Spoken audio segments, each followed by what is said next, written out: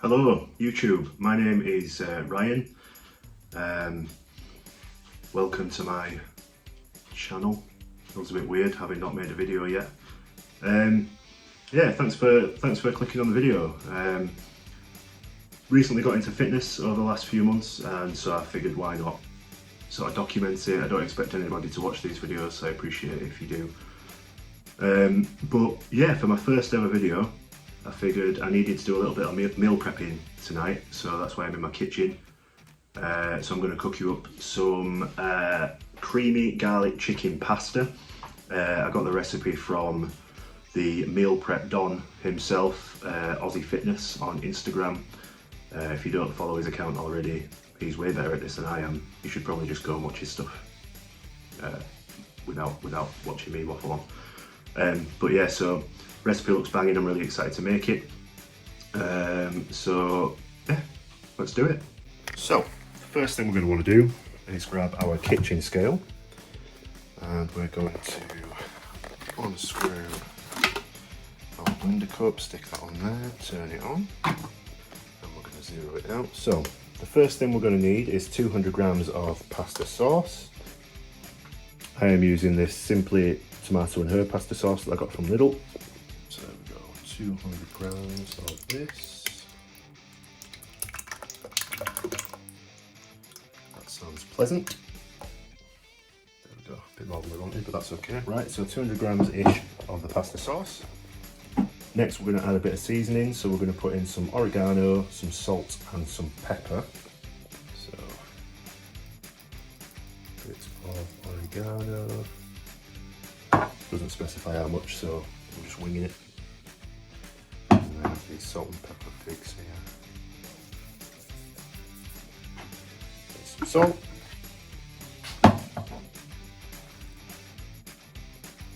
And there's some pepper. And the next thing we're going to add is 10 grams of this minced garlic or garlic puree. So we'll get that in there. That's way more than I thought. There we go, 10 grams of that, lovely. And that's followed by 55 grams of this garlic Nando's peri peri sauce. This smells unbelievable, and as you can see, it is only 12 calories per 20 gram serving. So zero out the scale, I'm looking for 55 grams.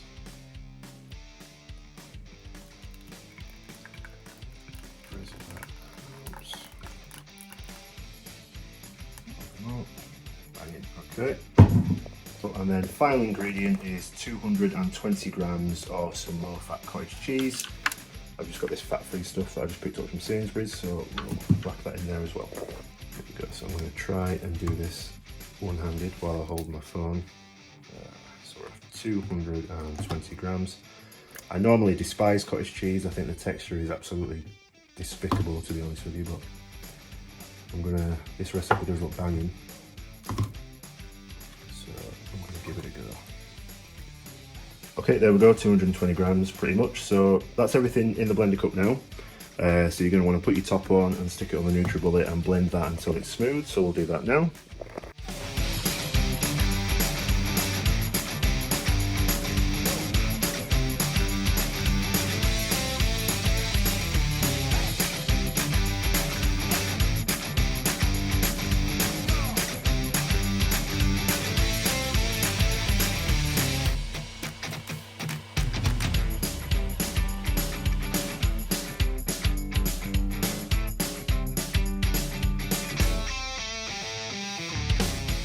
Okay, now the sauce is done, we need to weigh out our pasta, so we need 360 grams of pasta. I'm just using this fusilli shape from Lidl.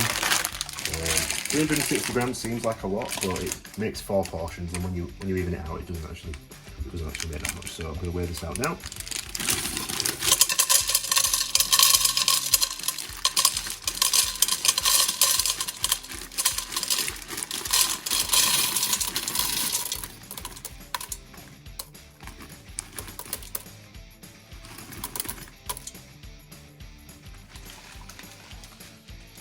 Two grams over, that'll do for me.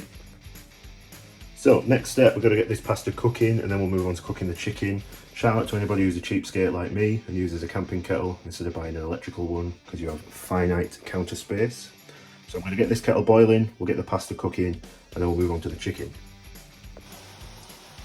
So the next part of the recipe calls for 600 grams of chicken breasts, but these are some big boobies, man. I couldn't get 600 without just butchering one.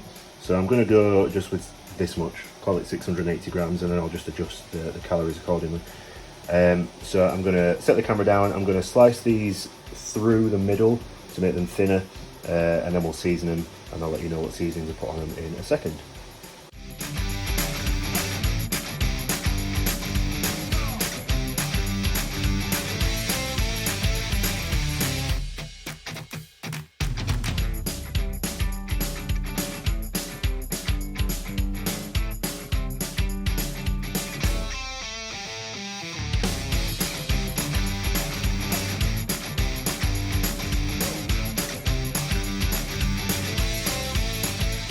Now, the recipe I'm following calls for you to put a splash of olive oil on each side of the chicken before you season it. I'm not going to do that, just because I never put any oils or sprays or anything on chicken before I season it, and it always comes out pretty good. So, seasonings we're going to use on the chicken is salt, pepper, garlic granules and smoked paprika. We're going to coat each side of that quite nicely. I'll show you what it looks like afterwards. Okay, there we go. So, got those seasonings on the chicken now on both sides. So we're going to throw that in a pan.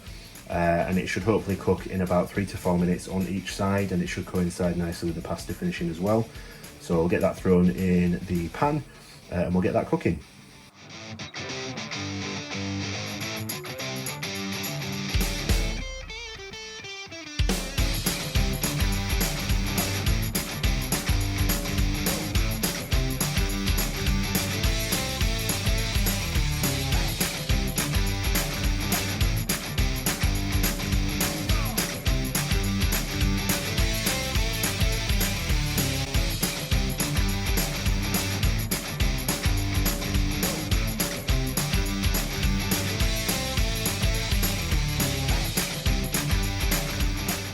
So, chicken's all cooked up.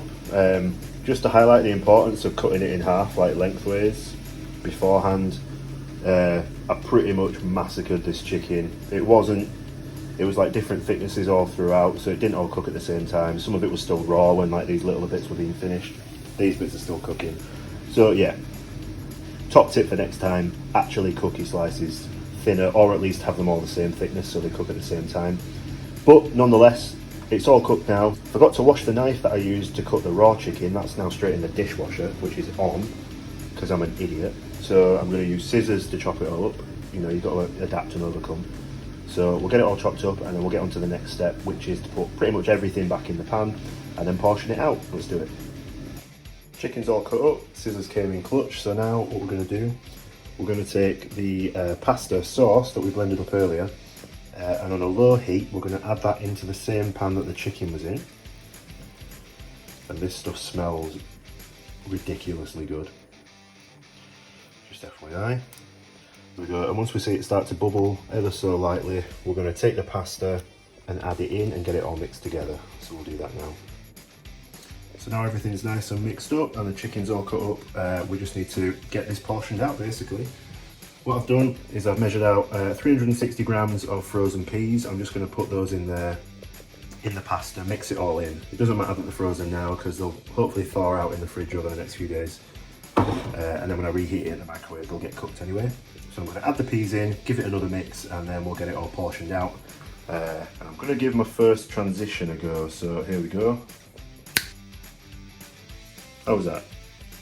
That either looked shite or slightly less shite.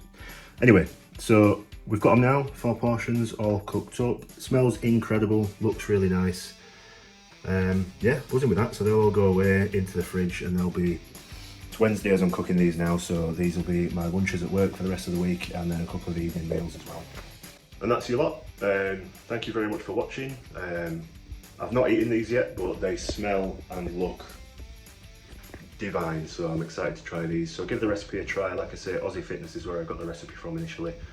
So make sure you go look at his Instagram. I think he's on TikTok as well, but I'm too old to use that, so I couldn't tell you anything else about that.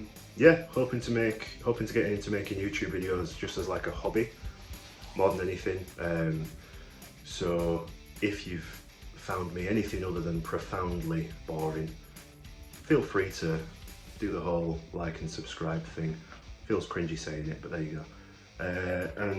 Yeah, I don't know what I'll do next time. My next gym session is not until Friday night, 2 days from now, so hopefully I'll film some exercises. I'm going with my good friend Dan, so I'll get him to film me. Maybe I'll do like a leg day video, something like that. I don't know. Feel free to follow along. Feel free not to. Who could blame you? This was terrible. Anyway, cheers. Goodbye.